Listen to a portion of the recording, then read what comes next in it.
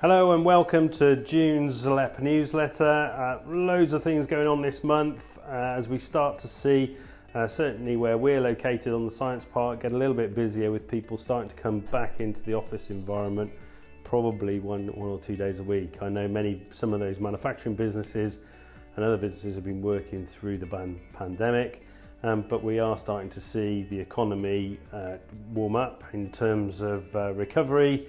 And our claimant count numbers are gradually starting to come down. What I would encourage any business who's then thinking about business support and what they need in terms of recovery to go to the Worcestershire Growth Hub, Worcestershire Business Central, have a look on that site or contact the team and they'll be able to help you. Highlights for this last month were the Beta Tech Talk, and what we're starting to see is the alumni businesses of that have grown and created 20 jobs. We're seeing a number of those grow in their locations around the county, so that's fantastic news. And obviously Cohort 4's moving on. Our Tech Talk was really successful with over 140 people on the call. And really listening to that new technology and how that kind of permeates into every industry. In terms of our skills work, I'd just like to highlight the Apprenticeship Awards closing date is the end of July. I know lots of you leave it to the last minute, but I'd encourage you to have a look at the categories and perhaps submit either your young person or as you as an employer and the great work that I know goes on in the world of apprentices.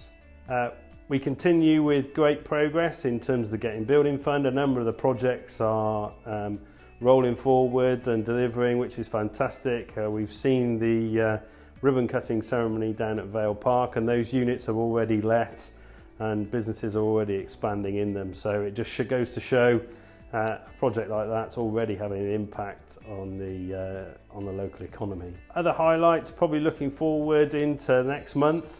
So the Next Works 5G company, the test bed that we had here in Worcestershire, has set up a commercial entity. Have a look at their website and how you could test your idea or product on a 5G network. Equally, on the 1st and 29th of July, there's the Midlife MOT workshops, really good for HR professionals, looking at their company and looking at that workforce planning, a great opportunity to have that resource and talk to other people about the services that are available to do some of that workforce planning.